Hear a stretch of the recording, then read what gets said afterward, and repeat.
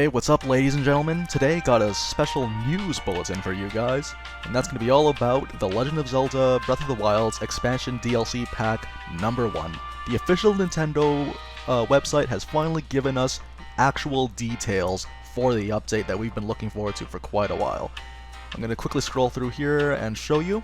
The first thing they want to show us on the website is the Trial of the Sword. Now, a lot of us have been kind of wanting that whole salvage labyrinth or cave of ordeals kind of adventure, get to run through a really brutal gauntlet of enemies, and we're finally getting it with the Trial of the Sword. Now what's cool about this one is that we fight one wave after another.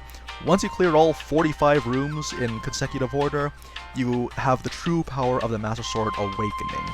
Now I'm going to speculate here that what that's going to mean is that the Master Sword will constantly be in its buffed state.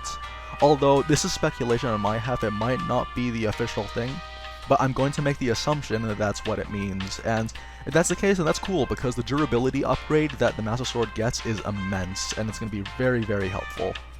Especially considering that the way that the Master Sword works right now, people were disappointed that the durability isn't all that great, the damage, like the 30 damage, is easily outclassed by Royal Broadswords or any other weapon, especially with the Savage Lionel equipment and the Ancient Guardian weapons. So yeah, I'm hoping that the constant proc will be a factor in how we do things. There's also the cool new Heroes Path mode. I heard a little bit about this before I actually looked at the details. Basically, what it means is that the last 200 hours of gameplay, it'll show you just how much traveling you have done in that time span, and it'll show you basically how frequently you are in certain areas.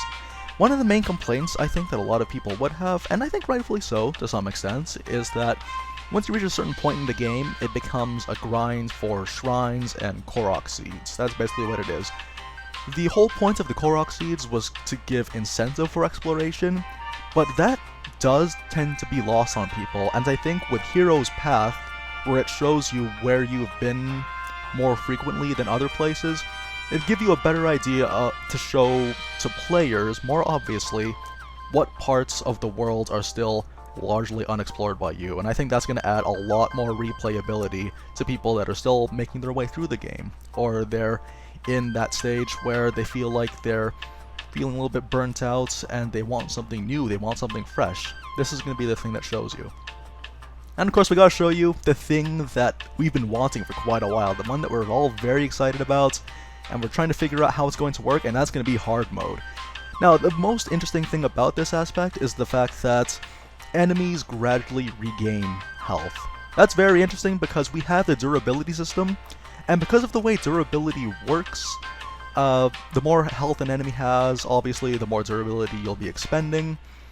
It's going to be an interesting challenge. It might be unreasonable for some people depending on what kind of playstyle you have, but I feel what this means is that you have to be very intentional and aggressive in how you carry out attacks, especially in places where you're kind of full up on, like you're being swarmed by a bunch of enemies.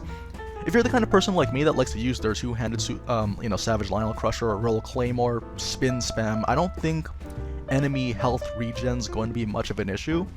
But what's really interesting though is the fact that red Bokoblins in normal mode are now going to be blue Bokoblins, and every enemy is brought up by one upgrade, and I'm going to make the assumption that also means that the weapons they drop will also be reflected in this.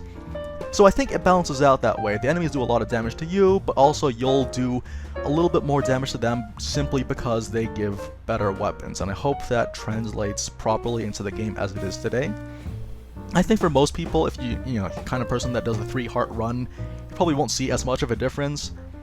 And this also just encourages a slightly more aggressive, or I guess, for lack of a better phrase, tactical approach when it comes to fighting your enemies. That you see a guy and you see that they have less health than the others, and obviously you would prioritize that. You move on to the next one. You don't touch other people and like just give them a little bit of damage here and there. You actually focus on them one at a time. Also, another interesting thing is that they will have higher maximum levels. Again, this is all speculation on my behalf, this is nothing official, but this might mean something along the lines of having like a golden variant instead of silver. Although I'm not entirely sure about that, but like, you know, we have seen golden variants of enemies before in the 2D games, and you know, we've been wanting, or at least I've personally been wanting to see that translate here. So if we get a golden Lionel, that's gonna be great. That's gonna be super, super great. We've been fighting a lot of silver Lionel. It's time we take it to the next level. We take it to gold, and then platinum, and then like the transcendent Lionel. I don't know. Yeah, so I'm looking forward to that one. And also, there will be enemies and treasure chests in the sky, so you gotta stay on your toes the entire time.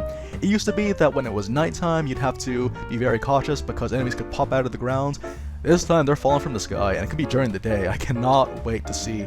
It's funny, actually, because I just started a playthrough for the Twitch stream, and I'm kind of tempted to make another one just so that we can do it straight from hard mode. As soon as hard mode comes out, you guys, I will promise we will be streaming that bad boy. It's gonna be fantastic.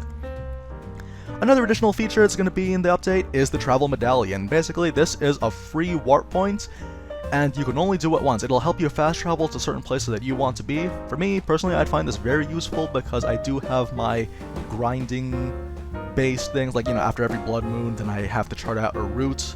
But sometimes these routes can be very difficult because they just branch out in so many different places, and there's going to be a lot of backtracking. So I think this will alleviate that. When I go farm my 17 silver Lionels after every blood moon, I want to be able to get that. So that's going to be pretty great. You can only register one location, but then, you know, like, you have to be very intentional about how you do it. But once you do, you find that good spot to put it, that's yours. And of course, there is going to be bonus armor, which will be found in treasure chests all over the world. You don't need amiibo for this. You can get Majora's Mask, Midna's helmet, the Phantom armor that Zelda used in Spirit Tracks. Very underrated game. If you guys have a Nintendo DS, highly recommend that you play that game. It's a really good one. And of course, the hero we've been waiting for, the hero clad in green himself, Mr. Red... the package on that guy. Mr. Red Spandex, Tingle himself, ladies and gentlemen. It's going to be great. As well, there's going to be a Korok mask. It's going to be kind of like the Stone of Agony from Ocarina of Time, where it would, like, you know, it would signal towards you when there was a Skulltula nearby, but this time it's for Korok, so it'll be a little bit easier in that Korok search. Of course, the community has already put that in place, but if you're not the kind of person that's able to always have a computer handy, to have, like, you know, the interactive map up, let's just say, or a guide handy or anything like that, the Korok mask is definitely going to be that. If you don't want to ruin your immersion, then this is also going to be a huge help. But yeah, DLC, that's going to be DLC 1 in a nutshell. We get the Trial of the Sword, the Medallion, hard mode. Pretty good stuff to keep us going, to keep us occupied, and, you know, if we're taking a break from Mario Kart or any other game that's coming out, it's going to keep us tied over until DLC Pack 2, which I'm going to guess is going to be the, like, the dungeon-related stuff or the story-related stuff. So yeah, looking forward to that. Let me know what you guys think in the comments. What are you guys looking forward to most?